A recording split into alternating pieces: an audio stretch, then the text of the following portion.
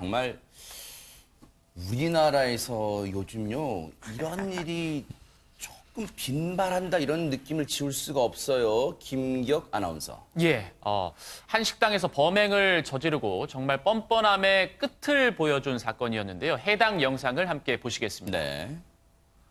네, 새벽 시간에 백발의 노인이 한 식당으로 들어옵니다. 자, 여 종업원이 주문을 받기 시작하는데 여기서 술을 시켜서 한 번에 술을 마시고요. 네. 카운터로 움직이더니 아하. 종업원에게 무언가를 이야기합니다. 그러면서 자, 지금 그럼- 네, 뭔가 또 계속 먹네요. 네. 예, 맞습니다. 시킨 술을 계속해서 먹고 술이군요. 있고요. 네. 여기에서 음성은 나오지 않지만 경찰이 갑자기 출동을 하는데 여러 명이 둘러싸죠. 그러면서 네. 몸수색을 시작합니다. 네. 이 남성 아랑곳하지 않고 시킨 식사를 계속해서 먹습니다. 자, 경찰이 이렇게나 많이 왔는데 저렇게 뻔뻔할 수 있을까요? 네. 그러고는 뒷주머니에서 나온 이것, 뭔가를 끄집어냈네요. 네. 총 모양입니다. 어허.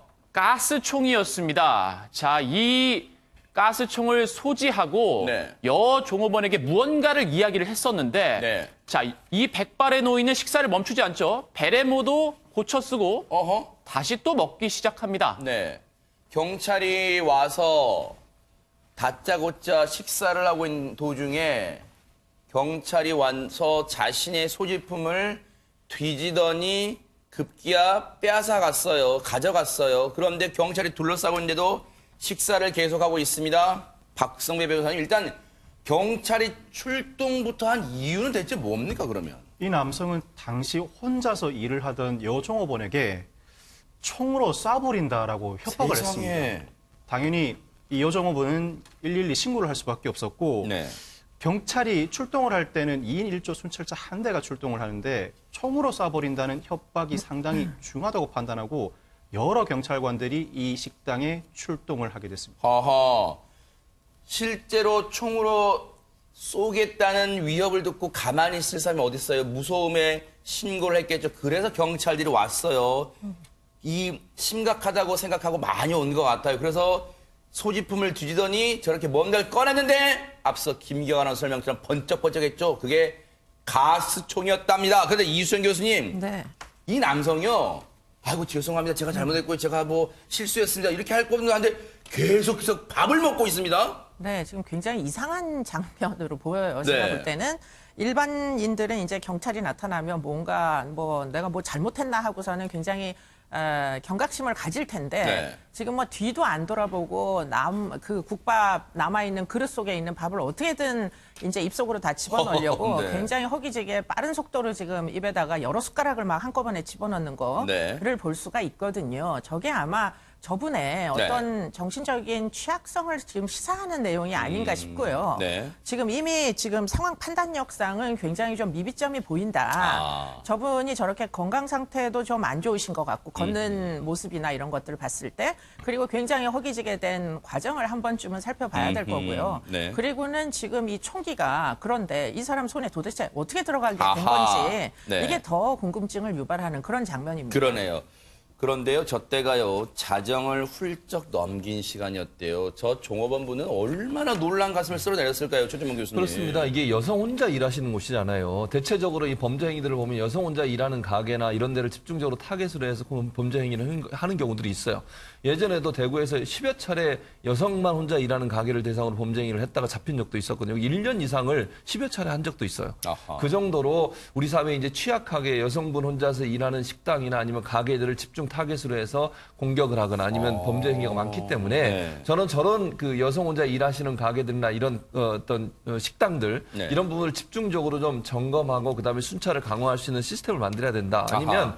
경찰에 바로 신고가 가능한 뭐 비상벨 같은 것도 설치를 그러네요, 해서 진짜. 이런 여성 혼자 일하시는 게 너무 이제 위험하잖아요. 맞아요. 밤늦게 저렇게 네. 총까지 들고 와서 협박을 하면 얼마나 무섭겠습니까? 네. 여성분 입장에서는 그런 분들을 보호할 수 있는 시스템을 반드시 마련해야 한다는 생각이 듭니다. 네. 그런데 김기혁 아나운서, 앞서 이수정 교수님도 그런 궁금증을 밝혀주셨는데, 저 가스총이, 글쎄요, 화면 이 CCTV 상으로 보면 좀 나이가 드신 분 같아요. 저분이요, 어떻게 저걸 갖고 있는 거예요? 자기가 산 거예요? 저거 어떻게 된 겁니까? 아닙니다. 이 가스총도 어쨌든 우리나라에서는 총기를 이제 소유하게 되면은 이제 본인의 것인지 아닌 것인지 이제 확인을 하게 되는데 네. 이 가스총의 소유주가 이 백발의 노인의 것이 아닌 것으로 이제 밝혀졌습니다. 아, 그래요? 예, 네. 다른 사람의 명의의 가스총이었습니다. 네.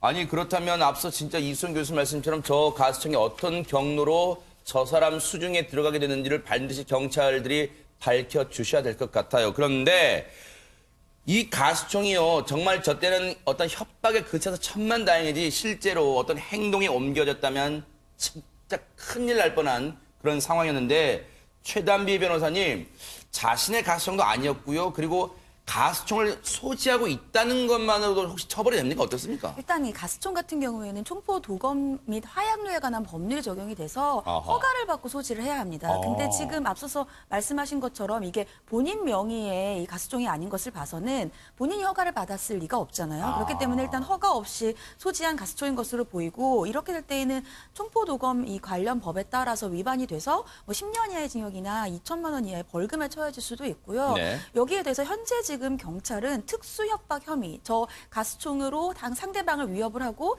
위협적인 언행을 했잖아요. 그렇기 때문에 특수협박 혐의로 일단 입건된 상태고요. 말씀하신 것처럼 저 가스총이 본인 게 아니니까 어떠한 경로로 소지했는지가 중요한 게 그러니까요. 저게 무기잖아요. 그렇기 때문에 저런 상황이 이번만이 아니었을 가능성도 그러니까요. 있습니다. 그래서 어떠한 경로로 소지하게 됐는지 이러한 부분들도 조사가 필요해 보입니다. 그런데 앞서 이수영 교수님이 정말 중요한 점을 짚어주신 것 같아요. 일단은 저 노인의 행색이랄까요? 그리고 자기 소유의 가스총도 아닌데 갖고 있었다. 그리고 들어와서 다짜고짜 그 가스총을 어떻게 하겠다는 끔찍한 협박도 했고. 그런데 베레모까지 쓴 행색.